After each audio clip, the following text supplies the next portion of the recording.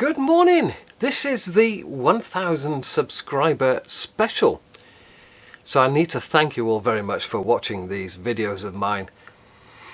The strange thing is, this is not my main channel. My main channel is about golf. There's my little logo. Not bad for an old man. This was just a little side channel, a bit of fun. I'm creating a layout. I own a camera. Why don't I just record it?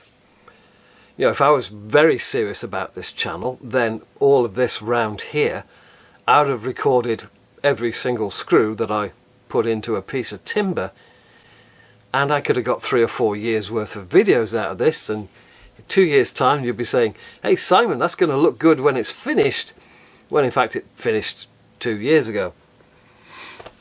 So thank you very much. I'm amazed, as always. I'm always amazed that people watch stuff on YouTube, but then I guess TV is just so bad these days. We need an alternative. Now you may have noticed I'm a little bit blunt. I will say what I mean and mean what I say and call a spade a spade. If something is poor, I'll say so. If something is excellent, I will say so. If something isn't value for money, I will say so. And as long as I'm honest, I can't get into any trouble, can I? If I start telling lies, that's when I get in trouble. If I say something is excellent when quite obviously it isn't, then I will get in trouble with the viewer.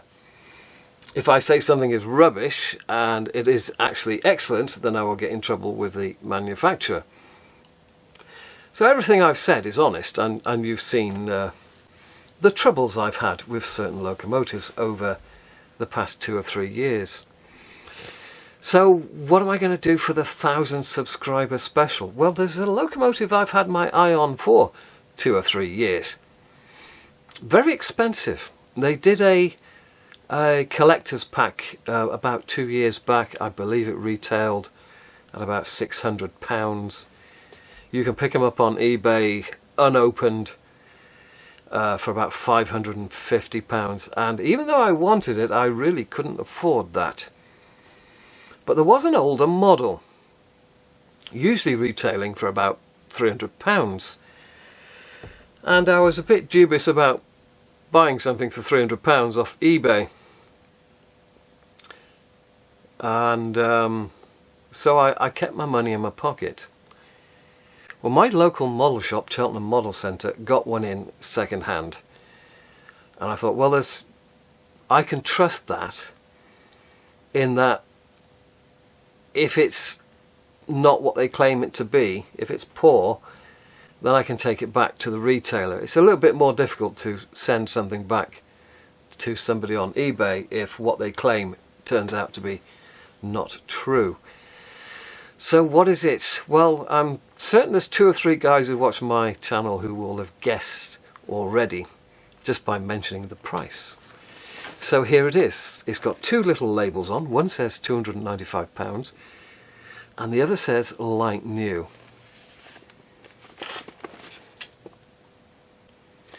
It is the Blue Midland Pullman by Graham Farish.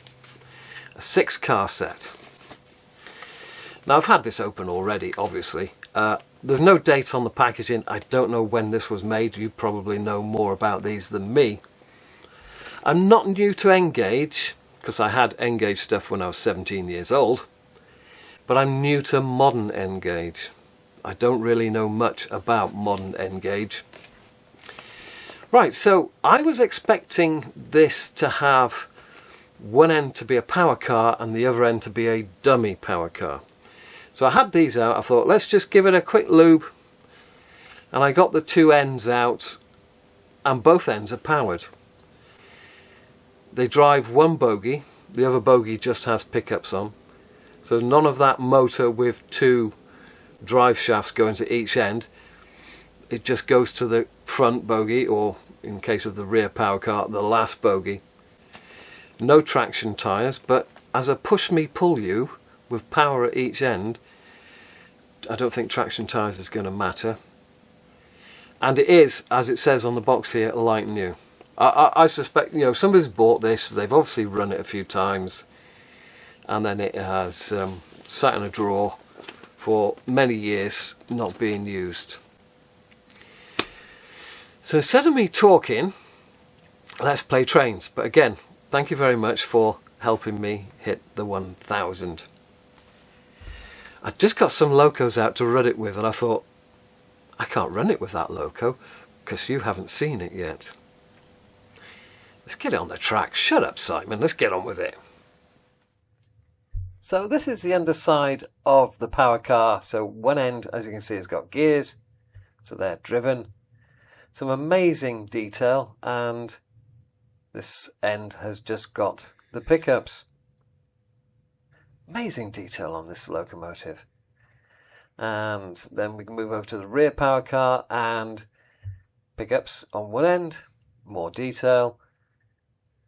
And gears on the other. So a second motor, as I said.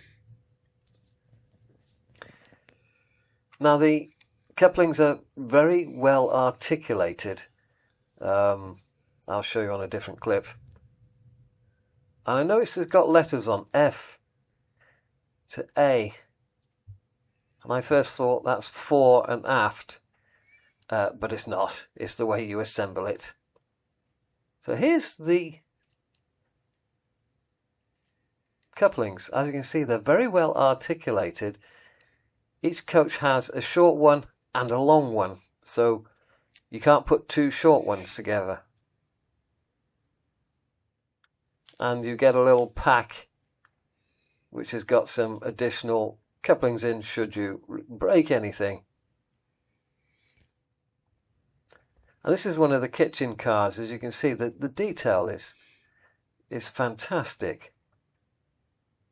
And I noticed there's a letter on this. So I've obviously got it all wrong.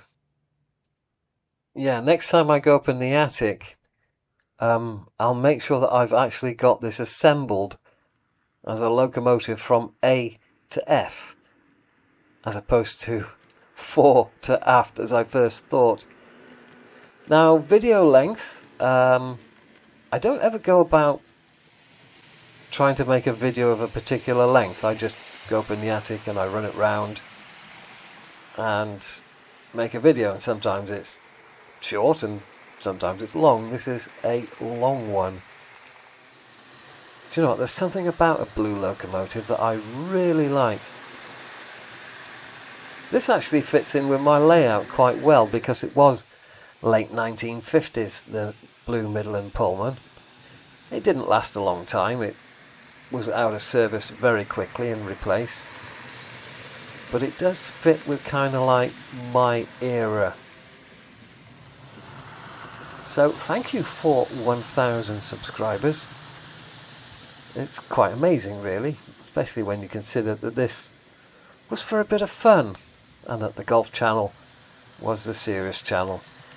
Thank you all very, very much. Ta-ra.